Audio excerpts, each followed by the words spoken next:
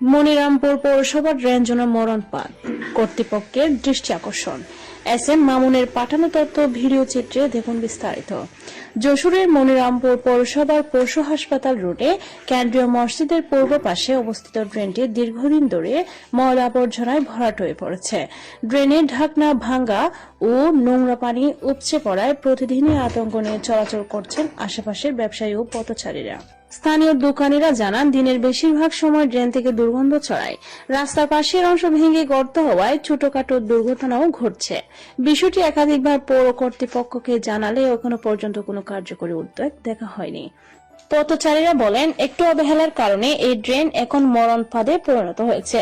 যে কোনো সময় বড় ধরনের দুর্ঘটনাও ঘটতে পারে। এলাকাবাসীর দাবি, অতি দ্রুত ড্রেন পরিষ্কার ও সংস্কারের ব্যবস্থা গ্রহণ করা হোক।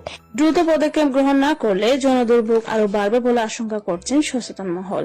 এ বিষয়ে জানতে মনিরামপুর পৌরসভার নির্বাহী প্রকৌশলী উৎপল মজুমদারের নম্বরে ফোন দিলে তিনি ফোনটি রিসিভ করেন।